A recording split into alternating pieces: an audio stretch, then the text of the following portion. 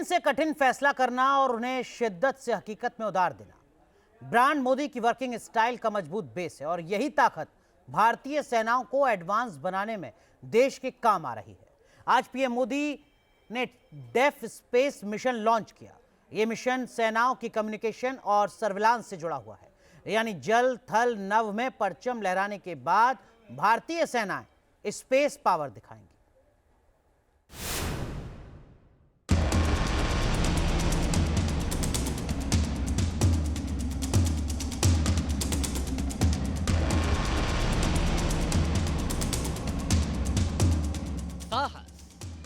Space में भारत की शक्ति सीमित न रहे और इसका लाभ भी केवल भारत के लोगों तक ही सीमित न हो, ये हमारा मिशन भी है, हमारा विजन भी है। संकल्प कि तीनों सेनाओं द्वारा इस क्षेत्र में विभिन्न चुनौतियों की समीक्षा की गई है, पहचान की गई है। हमें इनके समाधान के लिए तेजी से काम करना होगा। सामर्थ्य मिशन डिफेंस स्पेस देश के प्राइवेट सेक्टर को भी अपने सामर्थ्य दिखाने का अवसर देगा। प्रधानमंत्री मोदी का ये एक्शन प्लान नहीं बल्कि न्यू इंडिया का वो क्रांतिकारी है जिसका ब्लूप्रिंट दशकों पहले रखा गया, मगर कर दिखाया पीएम मोदी ने। यानी भारत के पास खुद की स्पेस फोर्स होगी।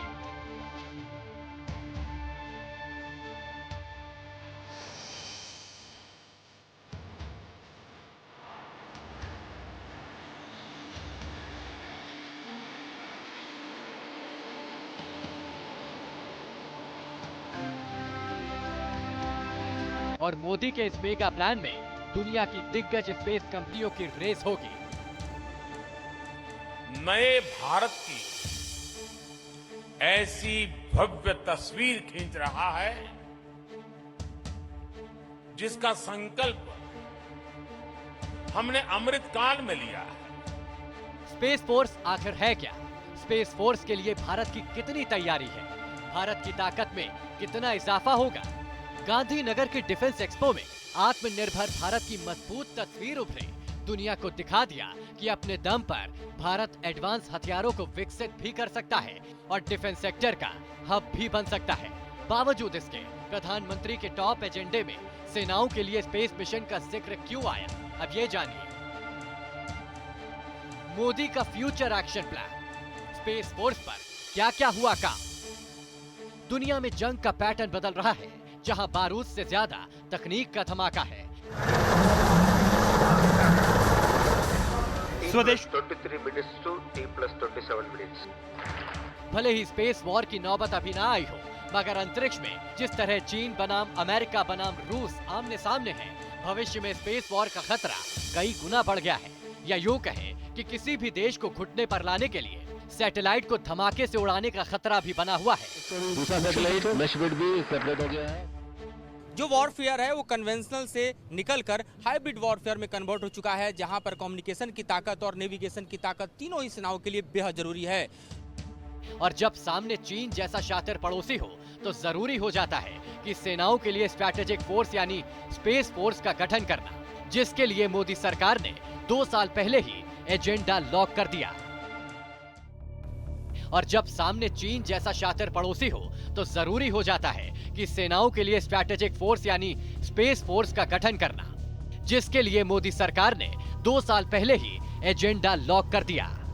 11 जून 2019 को मोदी सरकार ने एक नई agency defence space research agency बनाने की मंजूरी दी। एजेंसी का मकसद है भारत को स्पेस से आने वाले खतरों से निपटने के लिए तैयार करना। डीएसआरओ पर अंतरिक्ष में मुकाबले के लिए हथियार और तकनीक तैयार करने का जिम्मा।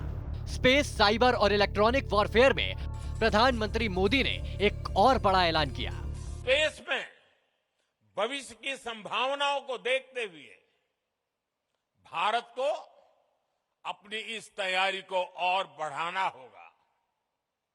हमारी डिफेंस फोर्सेस को नए इनोवेटिव सॉल्यूशंस खोजने होंगे। भारत की सैटेलाइट कार्टोसैट 2A और कार्टोसैट 3, जो धरती के लो ऑर्बिट में तीनों सेनाओं की तीसरी आंख है, LAC to LOC, भारत विरोधी हर हरकत की डेटा, तस्वीरें और ग्राउंड पोजीशन हमारी सेनाओं को इन्हीं से मिलता है। धरती के पार ये ऐसे पहरेदार हैं जिससे दुश्मन की कोई गतिविधि छिप नहीं सकती, और स्पेस फोर्स बनने से भारतीय सेनाओं को एक नया फोर्स फ्रंट मिलेगा। भारत के अंतरिक्ष मिशन से अलग होगा स्पेस फोर्स का रोल। फोर्सेस के साथ सैटेलाइट डेटा प्रोवाइड कराने में रोल, कहां-कहां दुश्मन की सेना छिपी है, स्पेस एसेट की सिक्योरिटी का जिम्मा होगा।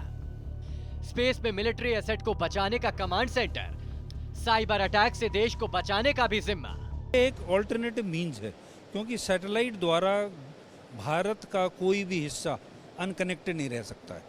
अगर हम दुश्मन के इलाके में भी आते हैं तो सैटेलाइट के द्वारा आसानी से कम्युनिकेशन मिल सकता है, और इसलिए अपनी देश की सैटेलाइट होना, जो कि पहले GSO में और फ्यूचर में लो अर्थ ऑर्बिट में भी होंगी, ये हमारी फौजों की क्षमता को और बढ़ाएगी। प्रधानमंत्री मोदी के मास्टर स्ट्रोक से इंडियन फोर्सेस को नई ताकत तो मिलेगी ही, साथ ही भारत उन महाशक्तियों के क्लब में शामिल हो जाएगा जिनके पास खुद स्पेस सेना है।